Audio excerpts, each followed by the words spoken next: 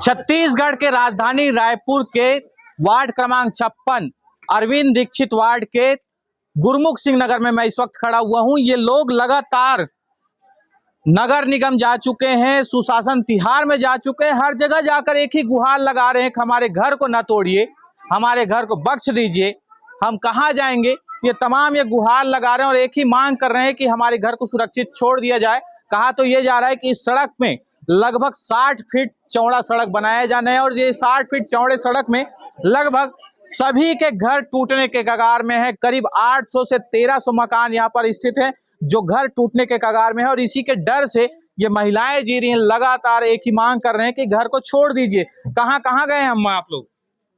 नगर निगम गए थे, पार्षद के पास गए, महापावर के पास गए, एक बार नहीं दो बार गए महापावर के पास। सबके पास जा रहे हो, लगातार एक ही मांग है घर को छोड़ दिया। हाँ नहीं, सांसद के बाद हमारे बस कुछ भी हो जाए लेकिन बस हमार घर है, कुछ नहीं होना चाहिए, बस वही डर में हम जिया। रोड बनाए लेकिन हमारा घर टूटना नहीं चाहिए। हम लोग गरीब आदमी जाएंगे तो जाएंगे कहाँ? यहाँ तो पूरा मोहल्ला के हम लोग बसे हैं, तो यही हम लोग को घर देना चाहिए बनाने के लिए। उसको बिल्डिंग चाहिए, हमको लोन में पैसा दे, हम बनाएंगे घर। उसको झोपड़ा पट्टी नहीं चाहिए तो हम नहीं वो करेंगे, लेकिन हम यहाँ का मकान टूटने नहीं देंगे, बिल्कुल नहीं देंगे, हम हटेंगे। तो ये इस मोहल्ले की महिलाएं हैं जिनका कहना है यहाँ से नहीं हटेंगे। लगभग राजीव गांधी के समय का इनके पास पट्टा भी ये बताया जा रहा है। कब से आप लोग यहाँ पर? यहाँ 45 साल हो गए हम लोग। 45 साल पूरा हो, पट्टा वट्टा पूरा बन गया, सब पूरा बन गया है। उसके बाद मतलब ही अब नवीनीकरण होने वाला रही ना, तो भाजपा सरकार आया फिर रोक दिया, नवीनीकरण नहीं करवाया है। उस कांग्रेस सरकार आया था ना, उस समय नवीनीकरण हो रहा था, मतलब पट्टा का बिक्री, फिर आया सरकार फिर रोक दिया। फिर कब आए थे, कौन आए थे? पूरा घर नाप दिए बोल रहे हैं। नापने के लिए तो आया था, पटवारी आया था, पूरा साहब आया था, पूरा मतलब फौज भी आया था, पुलिस फौज। जोन 10 की टीम, हाँ जोन 10 की टीम आई थी, जोन आयुक्त भी आए थे और पूरे फोर्स के साथ आए थे, पूरे नाप के गए, पूरे दल बल के साथ, पूरे दल बल के साथ आए थे। तो ये स्थिति है कि यहाँ के लोग डरे हुए हैं, सहमे हुए हैं और एक ही बात कह रहे हैं कि हमारे घर को छोड़ दीजिए, बख्श दीजिए। लेकिन पूरे दल बल के साथ यहाँ पर टीम पहुंचती है, सभी के घर को नाप जोख किया जाता है और डर ये बना हुआ है कि घर टूटेगा तो हम जाएंगे कहाँ। क्या स्थिति है भैया? कितने बार चक्कर काट चुके हैं फिर भी ये स्थिति बनी हुई है? देखिए, हम लोगों ने लगातार निगम में लेटर 2-3 बार दे चुके हैं, उसके बाद सांसद महोदय जी से भी बात किया हुआ है और हम तो चाहते थे जितनी अच्छे तरीके से हम इस चीज़ को निपटारन कर सके, क्योंकि हमारा घर हमारे लिए बहुत इंपॉर्टेंट है भाई, क्योंकि हम यहाँ हमारा बचपन गुजरा है, हमारा जीवन यही गुजरा हुआ है। और ऐसी स्थिति में अगर आप हम लोग को ये आश्वासन देते हैं कि आपको मुआवजा देंगे और आपको अच्छा घर देंगे, तो हम यहाँ अपने घर के लिए बचाने के लिए लड़ रहे हैं और आप हमसे मुआवजा की बात करते हैं, तो भाई आप कैसा शासन का लाना चाहते हैं? 10 मिनट की राहत के लिए पूरे 1200 परिवार 1300 परिवार को आप यहाँ से उठा के दूसरे यहाँ डालना चाहते हैं, मतलब आप कैसा सुशासन चाह रहे हैं? मैं चाहता हूँ सरकार से आप स्पष्ट बताइए भाई, मीडिया में आके बोलिए कि नहीं, ऐसा कुछ ही किसी का घर नहीं तोड़ा जाएगा, किसी को कोई नुकसान नहीं पहुंचाया जाएगा, ऐसा स्पष्ट आप मीडिया में बोलिए ताकि हम लोग को भी राहत मिले। कहीं ना कहीं हम लोग नवभारत में छपी अभी सुशासन दिवस के त्योहार पर कि हम आपको मुआवजा देने की स्पष्ट ऐसा कौन देंगे बोल रहे हैं, क्या मामला? देखिए, अभी एक सुशासन तिहार इन्होंने मनाया था, उसमें स्पष्ट नवभारत प्रेस में छपा हुआ है कि आप लोगों को हम मुआवजा देंगे, जो घर है उनको एक अच्छी जगह दिलाएंगे करके, जबकि हम लोग का मुद्दा ये था ही नहीं। हम जब मिलन चौबे जी से मिले थे तो उन्होंने स्पष्ट किया था कि कोई भी ऐसा काम नहीं होगा कि आप लोगों के घर को तोड़ा जाएगा।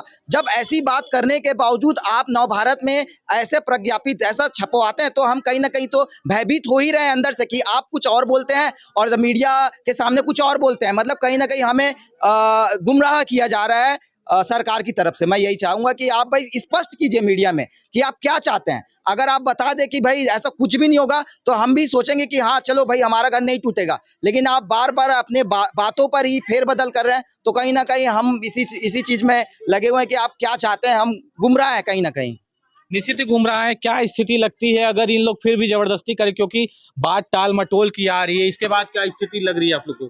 विरोध हमारा ही एक हमारे सब यहाँ से अब तक गुरुमुख सिंह नगर से लेकर भाटा गांव तक हम एक इकट्ठे होकर जहाँ जिस लेवल तक हो सके हम विरोध करेंगे, क्योंकि जब चुनाव आते हैं लोग वादा बहुत करते हैं कि नहीं टूटेगा, पर चुनाव के आने के बाद हम भूल जाते हैं, हम हाशिए पे रखे जाते हैं, हम सिर्फ वोट बैंक बन गए रह गए हैं, चुनाव के बाद हम भुला दिए जाते हैं।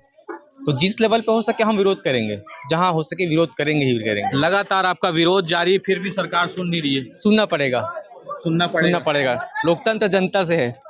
निश्चित ही लोकतंत्र जनता से है और इनके द्वारा लगातार यही कहा जा रहा है कि हम अपनी बातों को रख रहे हैं।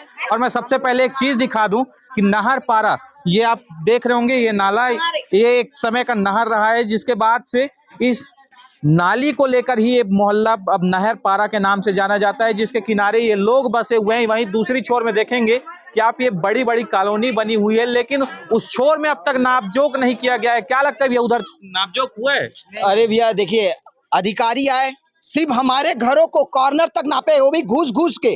और जब हम लोगों ने मना किया तो उसके बाद ये चले गए अधिकारी, और उसके बाद पार्षद आए और पार्षद हमको ये आश्वासन दिया कि हम तो सिर्फ नाप रहे हैं कि यहाँ से रोड बनेगा कि नहीं बनेगा। अरे आप ये बोलते हैं कि रोड बनेगा या नहीं बनेगा, उसके बाद आप फंड पास कर रहे हैं।